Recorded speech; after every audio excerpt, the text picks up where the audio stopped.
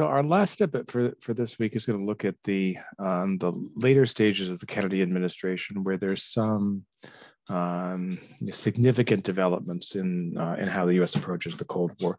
The first is a movement seemingly towards a more pacific approach with the peace-oriented approach with the Soviet Union. So in 1962, these photos, which are from a U-2 spy plane, that took pictures they did overflights of Cuba, catch the emergence of these unexplained new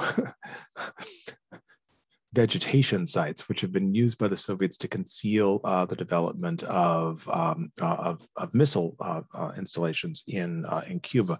What the Soviets were doing was they would ship parts to Cuba and then build the nuclear missiles there. The Castro government had been pressing for Soviet protection since the Bay of Pigs invasion the previous year. So the question here is what is to be done about this.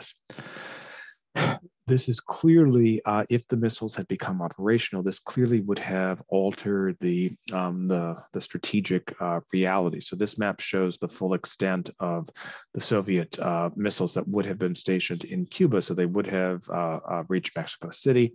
They would have reached Caracas. Venezuela at this point is a very close ally of the United States. They would have encompassed all of Central America, and basically the entire southeast portion of the United States, including right up to Washington, D.C. So it was very unlikely that the U.S. was going to simply countenance this. The question is, what is the U.S. going to do? And Kennedy recognizes that there's no easy solution here. The military initially pushes for a surprise attack to just try to bomb the bases. What Kennedy can't get from the military is an assurance that such an attack will be able to take out all of the bases, and if it doesn't, it risks a nuclear attack on the United States. And other people within his administration, including most importantly the Attorney General, who was his brother, call for the idea of maybe some diplomatic approach to the crisis. And what Kennedy does is to form a special committee called the EXCOM, EXCOMM, which stands for the Executive Committee of the National Security Council, basically a smaller body of the National Security Council of his advisors. And over a 13-day period, these people have kind of freewheeling discussions, trying to think through what can be done. What's incredible about this is that the first week or so, the EXCOM meetings occur in secret. The American media finds out about the missiles, but under request from Kennedy, they don't publicize this. I mean, if this were today, it would be on Twitter in 3 seconds. And so there's a degree of calmness to the discussions.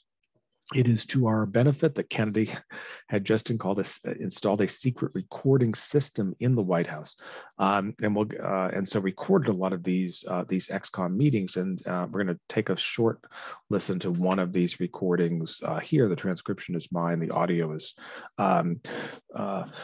uploaded by a site called the Presidential Recordings Program at the University of Virginia. And I think one of the things that comes through to me in this meeting is that Kennedy appreciates better than most of his advisors that the U.S. was put in a tough position. Once the missiles do become publicly known, Khrushchev's government says, fine, maybe we might take them out if you, the United States, agree to pull out your nuclear missiles from a country that borders us, Turkey. The problem here for the U.S. is that Turkey is a member of NATO. And so if the U.S. is perceived as ditching a NATO ally to protect its own strategic interests, that might undermine NATO. So no one in the U.S. really upper levels of the U.S. government wants to do this. The question is how to pull it off. This is a photo of the EXCOM as they were meeting. Gives a sense of the atmosphere. And here's the clip.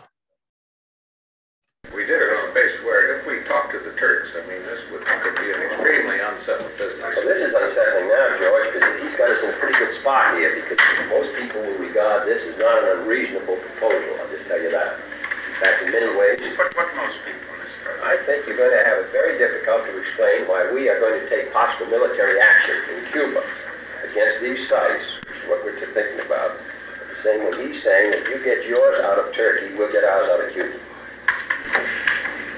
I think we've got a very tough point here.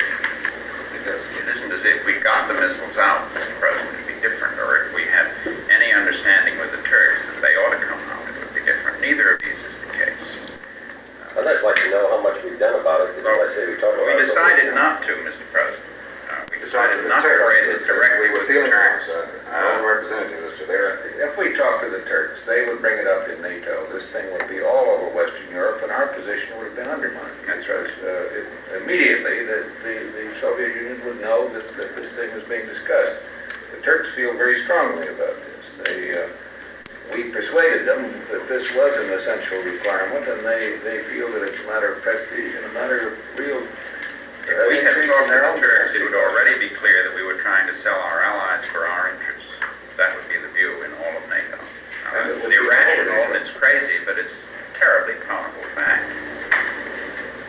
The ticker indicates that this is a message to you and to you, Tom. And it seems to me we ought to get word to Stevenson that if this is put up there, he should immediately say we will not discuss Turkey's space. Problem is Cuba. The Turks are not a threat to the peace. Nobody's held the Turks. I think it would be better, rather than saying that, until we get time to think about it, just saying, well, the fact of the matter is that we received a letter last night from Khrushchev, an entirely different proposal. So therefore, first ought to get clarification from the Soviet Union what they're talking, at least to give us a, as I say, you're going to find a lot of people going to be done in reasonable condition.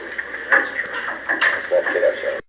So there's a lot going on in this conversation. The first is sort of this conversation, this item here by McGeorge Bundy, who was Kennedy's national security advisor, that, look, this would be all over NATO. The sense would be that we're trying to sell out our allies. This is why the offer was made. The second is this comment here by Kennedy. It turns out that there had been 2 letters sent. The first was for the Soviets said, all right, maybe we'll withdraw the missiles from Cuba if you publicly pledge not to invade Cuba. Few the U.S. do. The second, which was a more formal letter, said, we also want you to pull out the missiles from Turkey. Turns out the Soviet government was divided as well. Ultimately, this is resolved through a secret deal, which is negotiated largely by Robert Kennedy and the KGB station chief in D.C., in which the Soviets agree to pull out the missiles from Cuba. The U.S. publicly pledges that it will not invade Cuba, and the U.S. privately pledges to pull out these Jupiter missiles, which were land-based missiles stationed in Turkey, to pull them out 6 months after the Soviets pulled their missiles out of Cuba. And to the Turks, the U.S. says that we will still protect you through a newly developed missile system called the Polaris missile system, which was submarine-based. Turks aren't thrilled with this because what they realize correctly is that the Americans are going to be in control of these submarines. So at the end of the day, if a war happened between Turkey and the Soviet Union, the Americans didn't feel like defending Turkey. They could just, have the submarines sail away. This is how the crisis is ultimately resolved. And in the aftermath of this, Kennedy delivers a speech in 1963, a commencement address at American University, which is in Washington, D.C., calling for meaningful arms control negotiations with the Soviet Union. The administration does successfully negotiate a limitation on above ground nuclear testing, both for strategic and for environmental reasons. There's a sense that because the two sides seem to come close to nuclear war over Cuba, that maybe they can find some ways to sort of step back from the breach, make conflict less likely in the future. So that's the first aspect of Kennedy's performance in late '62 and early '63, a kind of movement away from the Cold War consensus. But then the flip side of this is a more aggressive approach to a Cold War controversy, and that's in Vietnam. So Vietnam had been a French colony before World War II. The French try to come back after World War II. They are met by Vietnamese resistance forces, which are overwhelmingly communist, headed by a leader named Ho Chi Minh. And after a lengthy civil war in 1954, France and Vietnam operating under pressure from the Soviet Union and China, agreed to divide the country into North and South, demilitarized zone in the middle, with all Vietnam elections 2 years later, which would be in 1956, to reunify the country. And everyone assumes that the North will win these elections. So this is kind of a face-saving way for the French to pull out.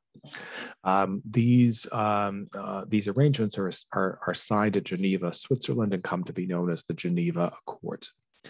The problem here is the U.S. is not a party to the Geneva Accords. The Eisenhower administration says that it's not going to honor them, and instead starts flooding the South Vietnamese government, this newly created non-communist regime, with economic and then military assistance, massive amounts of military assistance by the late 1950s. And the new South Vietnamese leader, Ngo Dinh Diem, whose base is in the Catholic population of South Vietnam, quite hardline anti-communist, realizes that he has no future in a communist Vietnam, so he's open to this arrangement. So by the late 50s, South Vietnam is kind of a satellite state of the United States. North Vietnam is calling for reunification, but they have not invaded South Vietnam. And instead, beginning in 1960, a communist rebellion breaks out in South Vietnam, headed by a party called the National Liberation Front, the NLF, which is affiliated with the North, but is mostly consists of Southern Vietnamese communists. So this is the situation. This is Eisenhower with Diem, this non-communist leader of South Vietnam. This is the situation that Kennedy inherits. Diem is in power. There's no democracy in South Vietnam. There is an internal rebellion, which the U.S. perceives, not entirely inaccurately, as at least partly being coordinated by the North. And Kennedy, remember, had campaigned on this platform of Eisenhower wasn't aggressive enough in terms of confronting communism in the Third World. So he boosts U.S. military aid to South Vietnam. He boosts U.S. economic aid. The NLF operates in a guerrilla function. That is that their operatives blend back into the civilian population. They're based primarily in the countryside. Kennedy is intrigued by the work of this man, Edward Lansdale, who had worked with the Philippines government in the 1950s to help the Philippines beat back a communist uprising.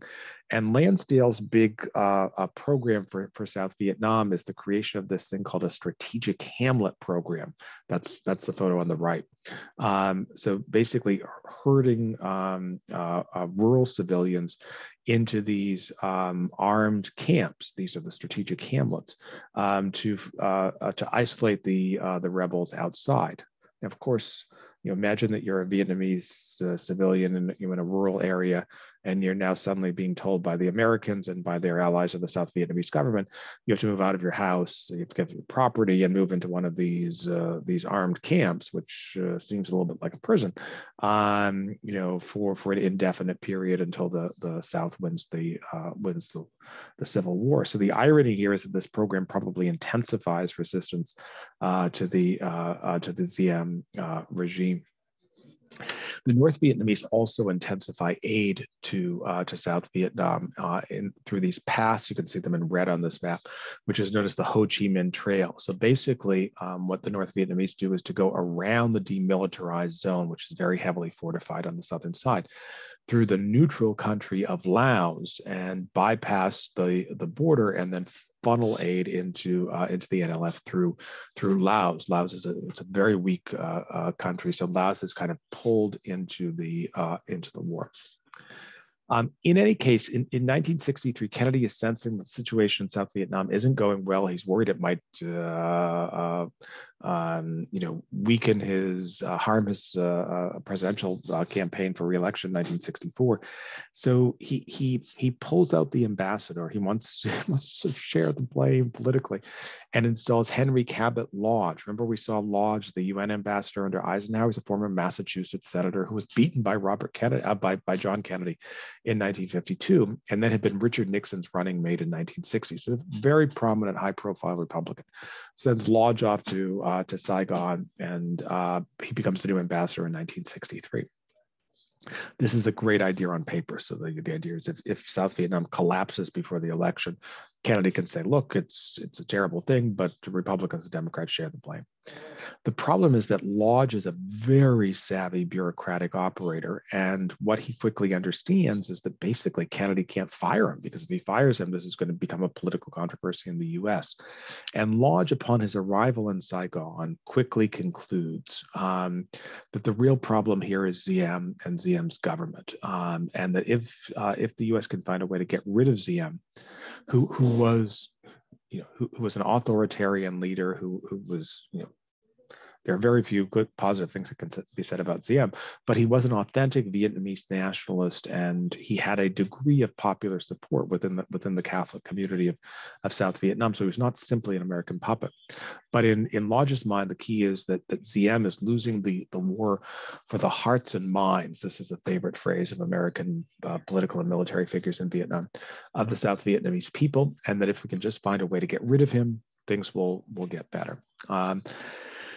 And a lot of people, even though the Secretaries of State and Defense aren't thrilled with Lodge's approach, other prominent figures are. John Kenneth Galbraith, who was a close advisor to the president, a Harvard economist who Kennedy had appointed as ambassador to India, signs off on Lodge's idea with the quip that nothing succeeds like successors. The U.S. will find differently in South Vietnam. And basically in late fall of 1963, the U.S. Signs off on a plan to sort of give a green light to elements in the South Vietnamese military who are planning a coup against Diem.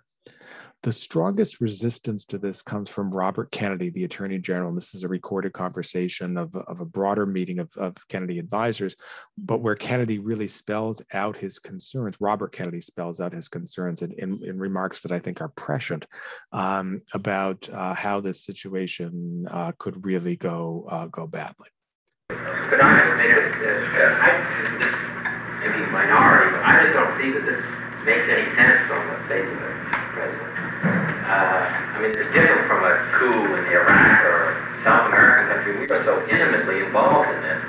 We're putting the whole future of the country and really Southeast Asia in the hands of somebody that we don't know very well, that one official of the United States government has had contact with him, and he in turn says he's lined up some others. It's clear from the map and from Diem, who's a fighter. I mean, he's not somebody that's like boss, he's just going to get out of there. He's a determined figure who's going to stay around, and I should think go down fighting, that he's going to have some troops there that are going to fight too. That if it's a failure, that we risk such a hell of a lot, which is, I would think that we're just going down the road to disaster. Now maybe this is going to be successful, but I don't think that any reports that I've seen indicate that anybody has a plan to show where Robert Kennedy turned out to be exactly right. It sort of gives us the gave away in terms of where we're going in terms of the war. But his argument does not prevail within the administration. The U.S. Ultimately does bless the coup, and in early November of 1963, Diem's government is overthrown. In the coup itself, both Diem and his brother No Dinh Nhu are killed by Vietnamese military forces after Ambassador Lodge had denied their request for asylum in the U.S. Embassy in Saigon. And the new leadership of the Vietnamese government welcomes both Lodge and the Defense Secretary, Robert McNamara, to Saigon to announce their plan. This is going to set into motion a series of unstable governments in South Vietnam that we'll see the forces, the fate of the non-communist decline in the war. And this is a chart that shows the significant expansion of U.S. military commitment in Vietnam under the Kennedy administration. So far more U.S. troops from 1961 to 1963. Number of U.S. personnel killed up to 118 by 1963. It is true, as we'll be looking at next week in the snippets, that that the huge expansion of the U.S. commitment in Vietnam occurs under LBJ rather than under Kennedy. But Kennedy really sets the stage for a U.S. commitment, and upon his assassination, leaves to Johnson, basically a poisoned choice. There are no good options that are left to the U.S. In South Vietnam by 1964. in the event, that's all we have for snippets for this week. Hope everyone is well.